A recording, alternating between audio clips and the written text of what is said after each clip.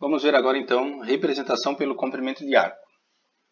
Antes da gente ver definitivamente a reparametrização pelo comprimento de arco, vale ressaltar que uma curva pode ter mais de uma representação paramétrica. Em geral depende da minha escolha para o parâmetro. Por exemplo, se R de t for a curva dada por t quadrado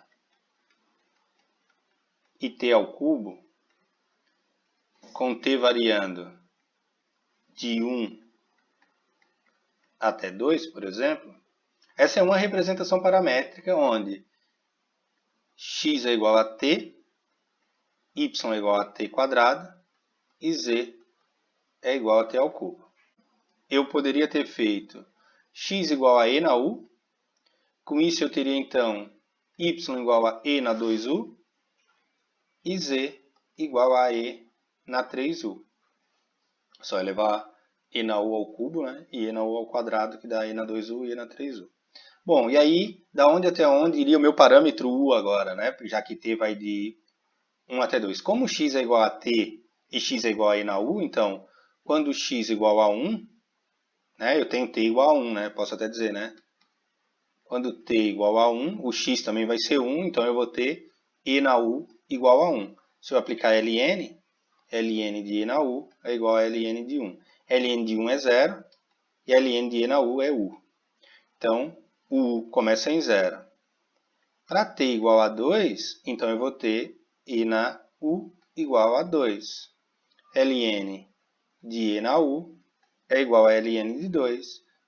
U igual a 2. Igual a 2 não, é igual a ln de 2. Bom, com isso então eu tenho que o meu u vai de 0 até ln de 2.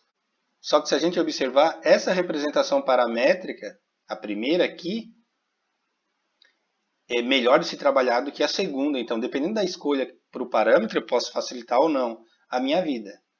Só que, para os físicos, é interessante muitas vezes não escrever a curva simplesmente em função do tempo. Se vocês lembrarem da Física 1 ou do ensino médio, eu tinha várias equações para descrever a mesma curva. Algumas em função do tempo e outras em função da posição. Por que isso? Porque muitas vezes é interessante eu saber o seguinte: me diz quanto móvel andou, que eu vou te dizer qual é a posição dele. Porém, agora a gente não está mais no plano, né? Lá em geral a gente trabalhava com curvas planas. A curva era uma parábola, uma circunferência. Agora não. A gente está trabalhando com curvas espaciais. Então é interessante, muitas vezes, eu dizer, fornecer um tempo t qualquer, e eu te digo qual é a posição depois de ter se passado, né, a segundos. Então, eu vou estar num x de A, y de A e z de A. Só que muitas vezes o observador não tem o tempo transcorrido, e sim a posição, né? A distância percorrida. Ou seja, eu te digo que o objeto andou a posição de A metros, ou B metros, vamos dizer assim, ou quilômetros, e eu te dou a posição em função da distância. Então eu vou obter... Só que aí agora tem um problema, né? Porque em geral a curva vem escrita em função do tempo.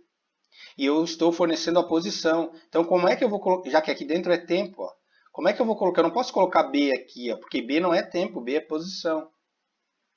Então como isso para os físicos é necessário, eles precisam de escrever dessa maneira, a gente vai querer encontrar uma forma de escrever a curva não mais em função do tempo. Não mais um R de t, mas sim uma curva em função da posição S.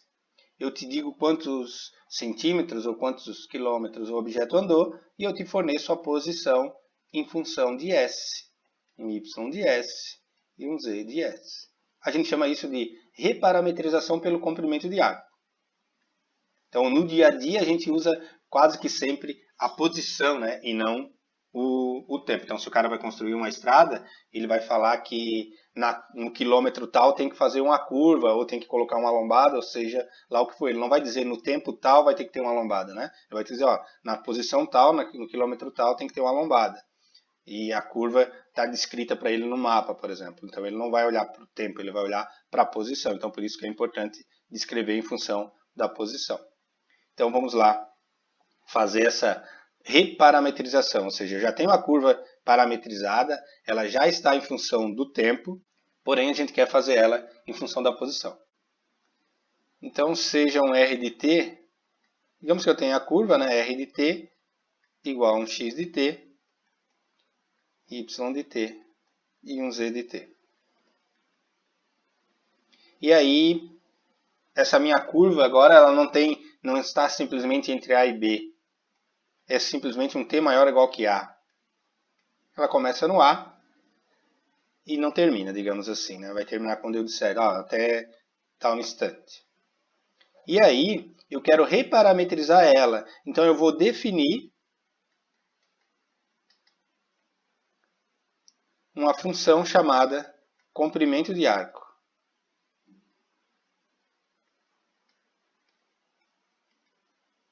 Que vai dizer o quanto eu andei sobre a curva, qual é a distância percorrida a partir de um certo instante até um outro sobre a curva.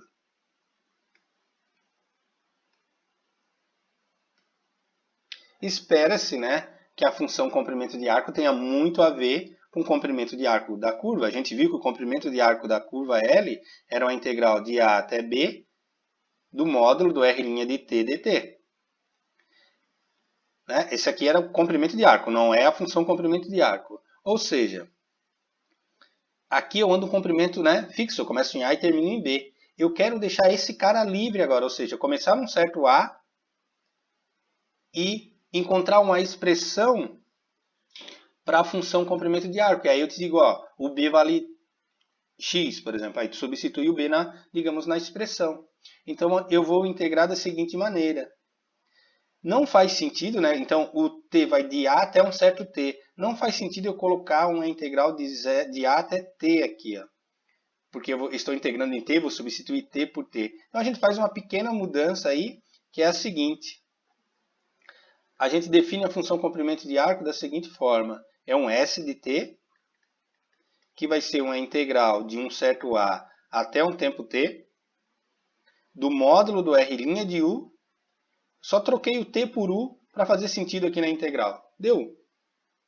Então isso vai me dar uma expressão em função de t. Ou seja, eu vou achar a posição em função do tempo t. Vale ressaltar um detalhe aqui. Se a gente resgatar lá o teorema fundamental do cálculo,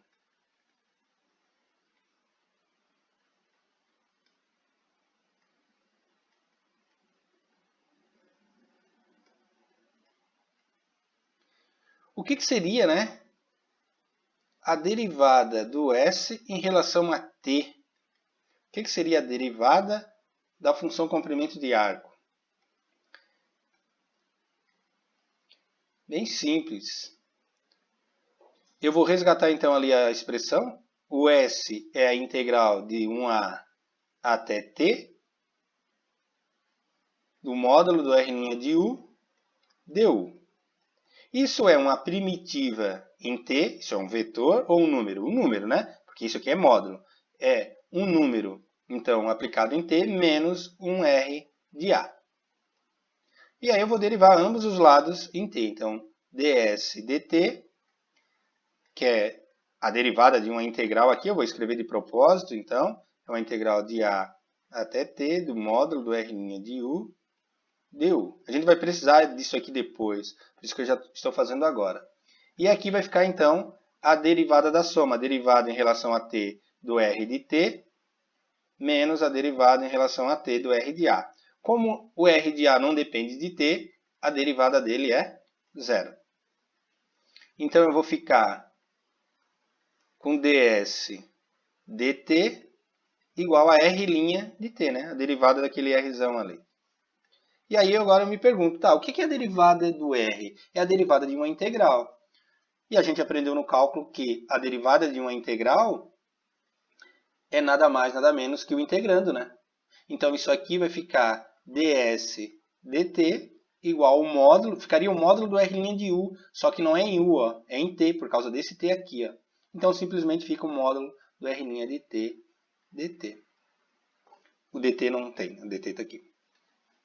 Então, essa é a derivada da função comprimento de arco, é o módulo do r' de t, ou seja, é o tamanho do vetor tangente. O que faz sentido, né? Porque ds dt é a velocidade, é a derivada da posição em relação ao tempo, é a velocidade do móvel, velocidade escalar. E o que é a velocidade escalar? O módulo do vetor tangente, né? O módulo do r' de t, que nos dá a velocidade, chamado também de rapidez. Então, vamos avançar agora então com um exemplo e ver como é que eu faço para substituir o s dentro da função, né? Basicamente o que a gente vai fazer é, recebo uma curva em t, vou calcular a função comprimento de arco, que vai me dar uma expressão de s igual a t, aí eu isolo esse t em função de s e substituo na curva.